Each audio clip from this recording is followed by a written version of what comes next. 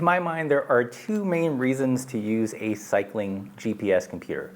One is to record metrics, things like speed, cadence, heart rate, power, so basically roadie number stuff. The other function, and the one I'm going to focus on in this video, is navigation. Basically, not getting lost. In this video, I'm going to review the HAMMERHEAD Karoo 2, which we've been using practically every single day we've been here in Spain. Has it successfully helped me, someone who's very navigationally challenged, to not get lost in Spain?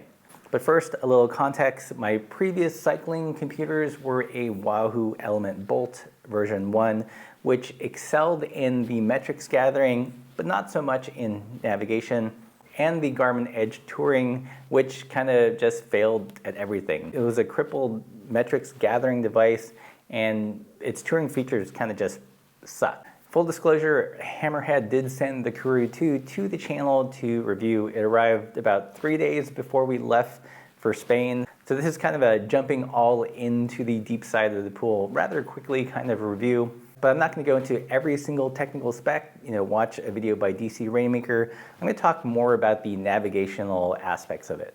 First off, it's a fairly chunky unit, not as big as my iPhone, but definitely more substantial than my previous computer, which was the Element Bolt. It has its own proprietary mount, which thankfully can be adapted to the more common Garmin twist mount. It ships with an out front style mount, and interestingly, because its mounting system is directional, that means it can only ever be used out front of the handlebars. So for example, you couldn't run it backwards and have it facing forwards if you have a front bag.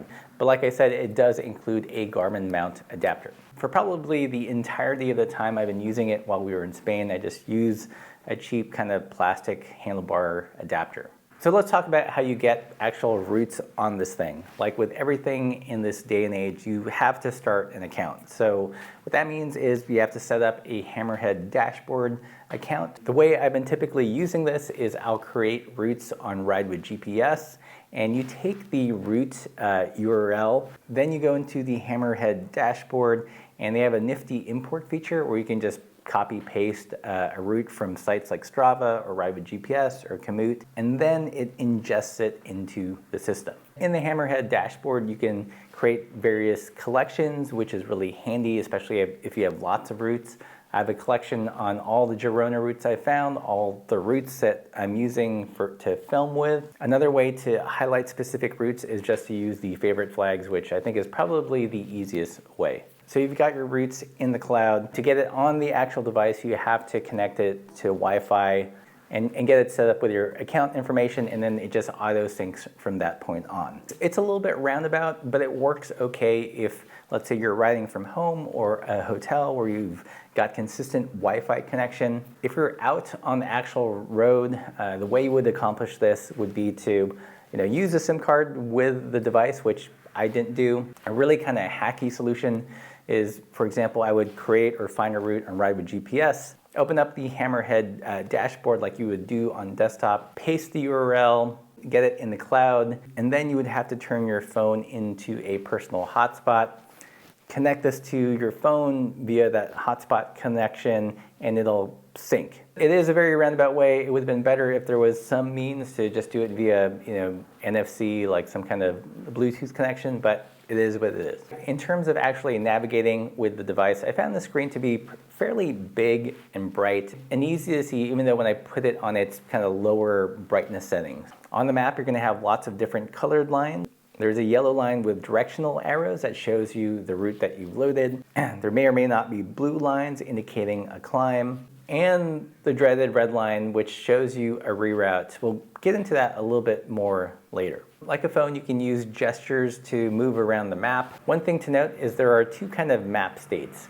There is the lock mode, where it will only register the pinch to zoom, and if you do any kind of horizontal movement, it'll change over to a data page. There's a lock button here. When you hit unlock, then you can not only pinch to zoom, but any horizontal movement will register as kind of scrolling around the map. A good thing to keep in mind, so you're not constantly frustrated trying to navigate around the map and instead moving to like a data field page. I found the screen to be fairly responsive. Not quite as snappy as a phone, but probably the most phone-like cycling GPS I've used personally. It does a great job navigating busy streets like here in Girona. It does an excellent job on kind of wide open country roads, and it can be a little bit of a mixed bag on gravel roads. It's really dependent on how good your initial route is. Generally speaking, it works really well, and it's probably one of the more pleasant cycling GPS computers I've used in terms of navigation and UI. But there are some issues, so let's get into that now. The first one is battery life. You know, it's not great. It's not too problematic for us because we're not doing super long rides in excess of 8 hours. Just to give you a sense of how much battery life we use, I tend to run the map all the time on a low brightness setting. I mean, why have a GPS if you can't use the map, right? And using it like this, it decreases by about 10% per hour of use. Most of our outings are 5 to 6 hours at most, so we never completely drain this down.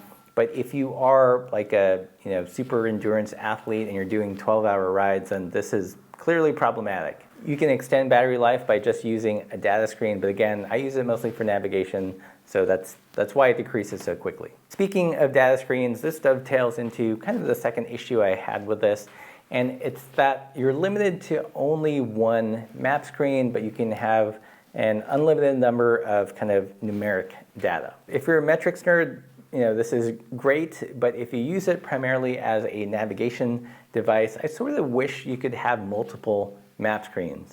Initially, I had it set up with the map and 2 data fields, but realized that I wanted to maximize map space, so I removed the 2 data fields and just have like kind of a sterile map. For me, I'd love to have the option of just a map screen, and a map screen with some data and then the data fields. Unfortunately, you can only have one map screen, so yeah, that's kind of a bummer for me. But something I can live with. The third issue for me, and this is probably the most frustrating, and I'm surprised a lot more people don't talk about this, is the rerouting functionality. Basically, there's no way to shut it off, and sometimes the device is too smart for its own good. I found the rerouting works really well on paved roads. If you miss a turn, it'll find kind of the next street that goes through.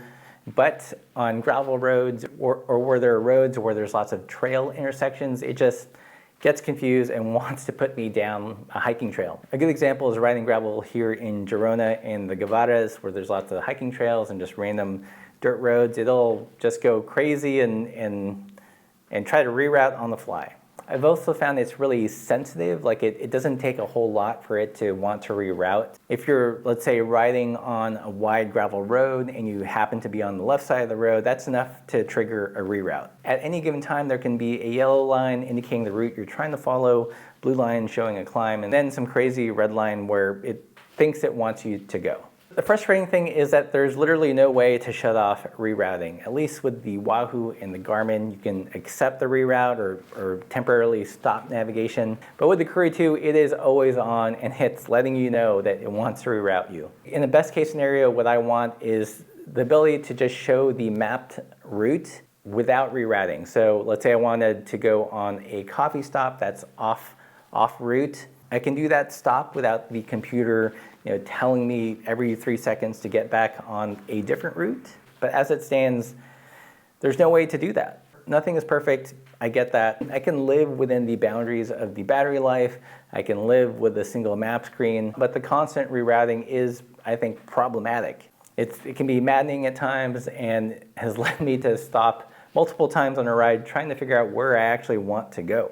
In my mind, a GPS device should make things easier, not more confusing. On some routes, I found myself spending about as much time actively ignoring the device as I was spending using it to navigate en route. So at this point, you're probably wondering, why not just use your phone? And that was my original plan for when we were going to be here in Spain. However, we're on an international data plan, so there was limited data, and I wanted to keep the phone for phone thing. Overall, I'm generally pleased with the device. It gives probably the most phone-like experience and UI of any cycling GPS I've tried. It's not quite like having Google Maps on your handlebar. I think that would be the gold standard. You know, phones have spoiled us expecting that experience, but it's not bad. It's actually pretty good. Like I said, my biggest gripe with the Karoo 2 is not having the ability to turn off rerouting.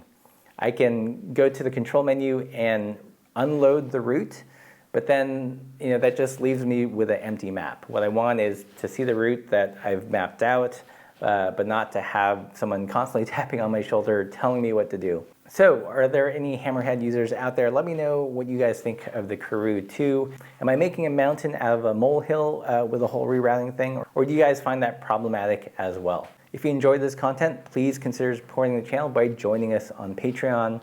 It's my big goal for this channel that ultimately we can purchase all the things that we review, a la James Hoffman, but we are not there yet. But with your help on Patreon, we're slowly getting there. Up until that time, we do rely on review samples to make these videos. But since we are largely viewer supported, we can tell you what we think about these devices. Until next time, everybody, keep the supple side down.